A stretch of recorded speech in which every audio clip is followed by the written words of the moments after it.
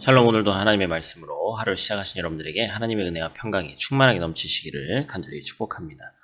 성경은 구원의 책입니다. 구원이란 예수 그리스도의 대속 사역을 통해서 죄인을 의롭다 여기시고 하나님 나라의 영원한 백성이 되게 하는 작게 보면 그런 개념이기도 하면서 동시에 하나님께서 다양한 형태로 사람을 돕는 또 광범위한 의미의 개념이 되기도 하죠. 그래서 오늘 말씀도 우리가 이 말씀을 보면서 하나님께서 어떻게 하나님의 백성을 구원하시는지 그 깊은 내용을 우리가 함께 나누고 또 현대를 살아가고 있는 우리에게 이 하나님의 방법이 어떠한 의미를 또 이 구원의 방법이 어떤 의미를 가져다 주는지 함께 나눠보도록 하겠습니다. 첫 번째로 우리가 기억해야 될 것은 기적은 하나님께서만 영광 받으시는 방법이다라는 것입니다. 약 400년간 지속되던 노예 생활을 끝으로 드디어 이스라엘 백성들이 출애굽의 여정을 시작하게 됐습니다. 하나님께서는 결국 바로의 완고함을 꺾으시고 오랜 기간 고통당해온 백성들을 구원의 여정으로 이끄셨죠. 하지만 그 여정이 결국 호락호락하지 않았습니다. 호기롭게 시작된 출애굽은 처음부터 난관에 부닥치게 됐죠. 끝이 보이지 않을 만큼 거대한 홍해가 넘실거리면서 또한 이스라엘 백성의 진로를 가로막았기 때문입니다. 급기야 더욱 완악해진 바로 왕이 그의 병거와 마병을 이끌고 이스라엘 백성을 뒤쫓기 시작했죠. 진퇴양난의 상황 속에서 모세는 이렇다 할 방법을 모색하지 못했습니다. 인간적인 한계죠. 심사숙고할 만한 시간적 여유조차 없는 절체절명의 순간이었습니다. 무척이나 절망적인 순간이었죠. 하나님이 이처럼 인간의 절망 가운데서 일하신다라는 것이죠. 인간의 가능성이 잔존하는 상황 중에는 그렇게 하나님의 역사가 크게 나타나지 않는다는 것입니다.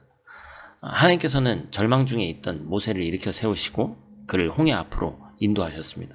모세가 할 수 있는 것은 하나님의 말씀대로 지팡이를 들고 손을 바다 위로 내미는 것뿐이었어요. 매우 우스꽝스럽고 기괴한 행동입니다. 백성들이 몰살당할 판국의 지도자인 모세가 헤엄쳐서 건너라 이런 명령을 하거나 무조건 항복 이런 손쉬운 방법을 선택하지 않고 그냥 어떤 그 행위 자체만 한 것이죠. 근데 기적은 이때부터 시작된 것입니다. 과학적으로 물리적으로 입증할 수 없는 일이 일어나기 시작한 것이죠. 바로 이 기적을 통해서 하나님은 뭘 보여주신 거예요? 구원이 전적으로 하나님의 사역이다라는 것을 나타내 보여주셨습니다. 그리고 그 구원이 오직 하나님의 은혜임을 성도들로 하여금 고백하게 하기 위함이었죠. 두 번째로 우리가 기억해야 될 것은 내가 해결하려 했던 문제를 하나님께 온전히 맡겨야 한다라는 것입니다. 당시 애굽은 강대국이에요. 이스라엘 백성들이 홍해를 건너 광야길을 지나 가나안 땅으로 이동하는 동안에 바로 왕과 그의 부하들이 가만히 둘 리가 만무했습니다.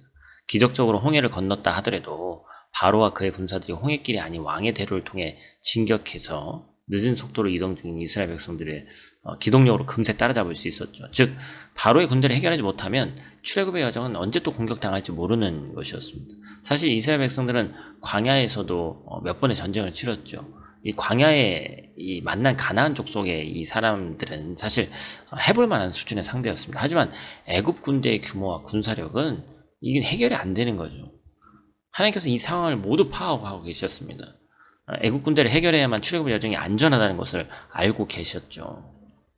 인생을 살다 보면 우리도 이러한 문제들, 우리가 난제 그리고 쉽게 해결할 수 없는 문제들을 만나게 됩니다. 고통의 문제이지만 내 힘으로 해결할 수 없는 문제들이 참 많죠. 사람과의 관계의 문제, 건강의 문제, 재정의 문제, 진로, 자녀, 여러 가지 문제들이 있죠.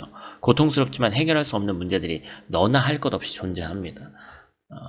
바로 많은 이 성경의 인물들 사이에서도 그런 것을 보게 되죠.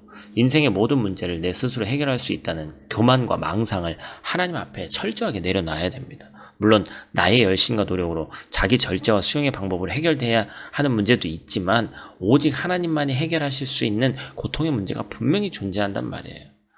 이스라엘 백성들에게 애굽의 바로와 그의 부대가 바로 이와 같은 난제였습니다. 하나님께서는 결국 이 난제를 손수 해결하시죠. 애굽의 군대가 이스라엘 백성들을 뒤쫓아 홍해길로 들어설 무렵에 병거 바퀴를 벗겨 기동력을 잃게 만드셨고 일사불란했던 그들의 조직력을 완벽하게 와해시켜 버리셨죠. 급기야 홍해의 세력을 회복시켜서 그들을 전부 수장시키셨습니다. 사랑하는 성도 여러분, 내가 해결하던 문제를 하나님께 부탁해야 됩니다.